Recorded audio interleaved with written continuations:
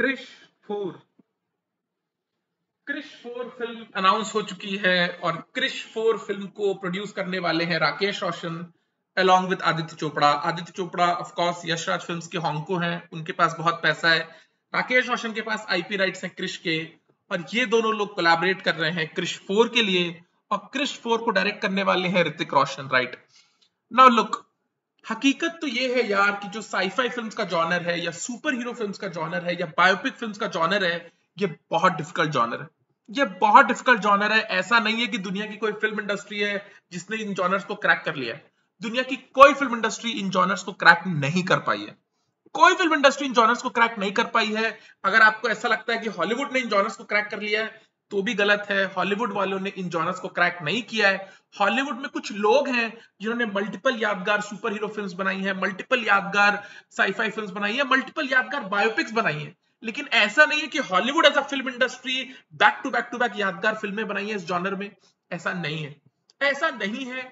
ये बहुत difficult genre है और फिल्म्स बनाना।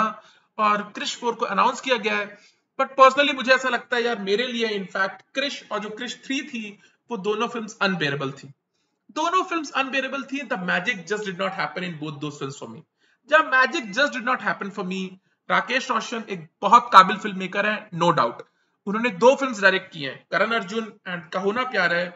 दोनों मेरी पर्सनल फेवरेट फिल्म्स हैं। लेकिन क्रिश और क्रिश 3, आई डोंट थिंक यार those films live up to the mark of Rakesh Roshan's legacy as a film maker. Krrish film में यार यही दिखाया गया कि कृष्णा है जो कि रोहित के बेटे हैं और उनके अंदर कुछ सुपर पावर्स हैं। प्रियंका चोपड़ा आती है गांव में, उनको पता चलता है इनके सुपर पावर्स है और उनकी कोशिश है कि इनको धोखे से सिंगापुर लेके जाए या Malaysia, I don't know film second half में कहां जाती है। आई थिंक सिंगापुर में जाती है। उनकी कोशिश है कि इनको सिंगापुर में लेके आए और कैमरे पे उनकी ताकतों को दिखाया जाए जिससे उनकी कंपनी पैसा बना सके and all that. First half गांव में होता है, सेकंड हाफ सिंगापुर में होता है। बट दोनों ही हाफ्स में यार मैजिक नहीं है। दोनों ही हाफ्स में मैजिक नहीं है। The magic just does not happen. The magic just does not happen.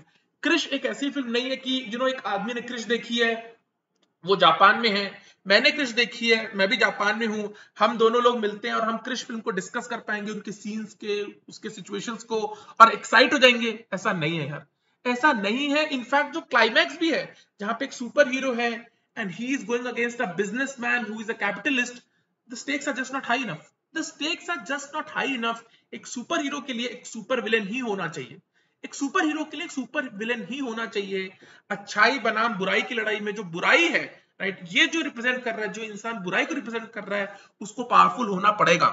उसको पावरफुल होना पड़ेगा। जब ठाकुर दुर्जन सिंह करण और अर्जुन पे जुल्म ढाते हैं, दुर्गा जो राखी गुलजार है उन पे जुल्म ढाते हैं, गांव वालों पे जुल्म ढाते हैं और जुल्म बढ़ते चला जाता है, और अंत में जब करण अर्जुन बदला लेने जाते हैं, तब आपको वो इमोशनल सेटिस्फैक्शन मिलता है।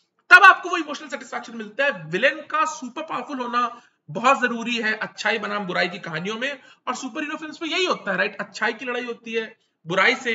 क्रिश फिल्म में जो विलेन है, he is just not powerful enough. He is just not powerful enough. एक बिजनेसमैन है हु इज अ कैपिटलिस्ट, और एक सुपर हीरो है। The stakes are just not high. The stakes are just not high. और वो जो एक as देने की कोशिश की गई है, जहां पे क्रिश एक दूसरे इंसान को क्रिश बना देते हैं, बोलते हैं कि काम मैं करूंगा लेकिन तारीफ तुम्हारी होगी, फेम तुम्हें मिलेगा, पैसा तुम्हें मिलेगा, एंड देन उस आदमी की जान चले जाती है क्लाइमैक्स में। वो सब मैजिक नहीं होता यार। वो मैजिक उस तरह से पैन आउट नहीं होता। एंड मैं ब्लेम नहीं करूंगा राइटिंग को, राइट। फिल्म्स राइटिंग का माध्यम नहीं है।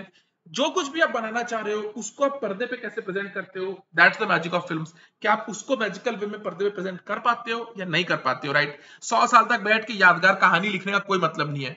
जो भी कहानी आपके पास है, उस कहानी को आप यादगार तरीके से प्रेजेंट कैसे करते हो, और क्रिश में वो नहीं हुआ, एटलीस्ट मेरे लिए नहीं हुआ।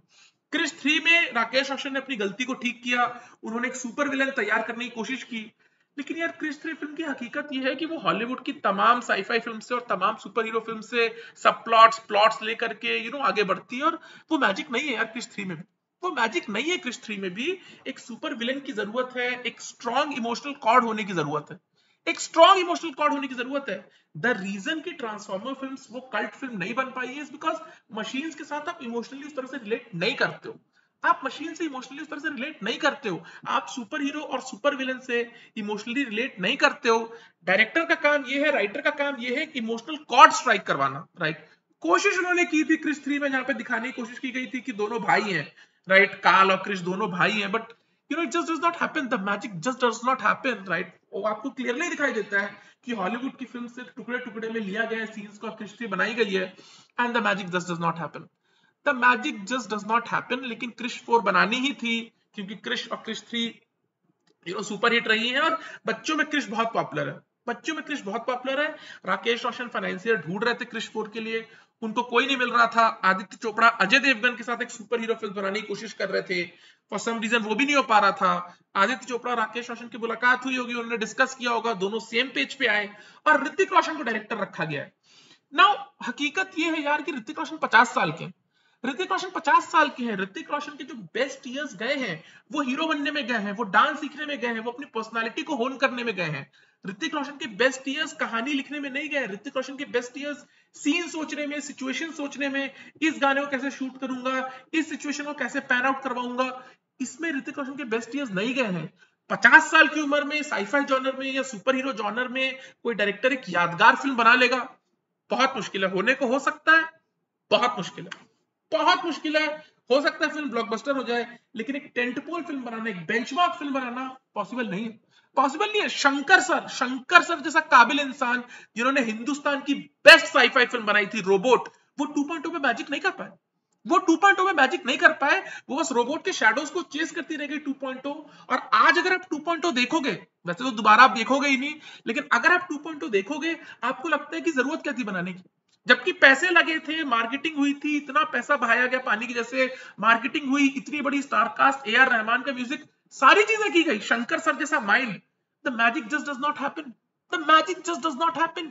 कि एक बहुत डिफिकल्ट जॉनर है क्रैक करने के लिए, ये एक बहुत डिफिकल्ट जॉनर है क्रैक करने के लिए। Terminator, terminator genre third film के साथ, फोर्थ फिल्म के साथ, फिफ्थ फिल्म के साथ सिर्फ डाइल्यूट होता चला गया, सिर्फ डाइल्यूट होता चला गया। टर्मिनेटर 2 में जो पीक पे थे जेम्स कैमरून, ऑल्दो बाद में वो को प्रोड्यूसर बन गए, लेकिन एज अ को प्रोड्यूसर भी यार लेवल गिरता चला गया टर्मिनेटर का।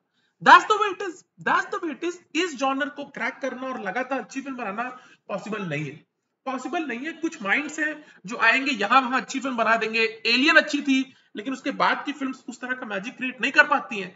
प्रेडेटर अच्छी थी, लेकिन उसके बाद के प्रेडेटर फिल्म्स उस तरह से मैजिक क्रिएट नहीं करती है, डाइल्यूट होती चली जाती हैं। क्रिश 4 बनाई जा रही है, बहुत अच्छी बात है, बनानी भी चाहिए, उनको पैसे कमाने हैं, कैश ग्रैब स्कीम है। But I don't think Hrithik Roshan is going to create that magic as a director. बहुत लो प्रोबेबिलिटी है। These films will consume a lot of your energy, and still यार प्रोबेबिलिटी बहुत कम है मैजिक के होने की। That's just the way it is, that's just the way it is. और हकीकत तो ये यार, हिंदुस्तान में कोई डायरेक्टर नहीं है जो डंके की चोट पे इस फिल्म को क्रैक कर सकता है, पॉसिबल नहीं है, पॉसिबल नहीं है। कोई डायरेक्टर मुझे नहीं दिखाई देता। अयान मुखर्जी ने अपनी जिंदगी की जी जान की ताकत लगा दी ब्रह्मास्त्र को पुल ऑफ करने में, लेकिन मैजिक नहीं होता, मैजिक नहीं होता। ब्रह्मास्त्र आज हमें याद है अपने एल्बम की वजह से, रणबीर आलिया के डांस की वजह से, लेकिन उस जॉनर की वजह से नहीं जिस जॉनर को वो ट्रीट करती है। इन जॉनर्स पे फिल्म बनाना बहुत मुश्किल काम है।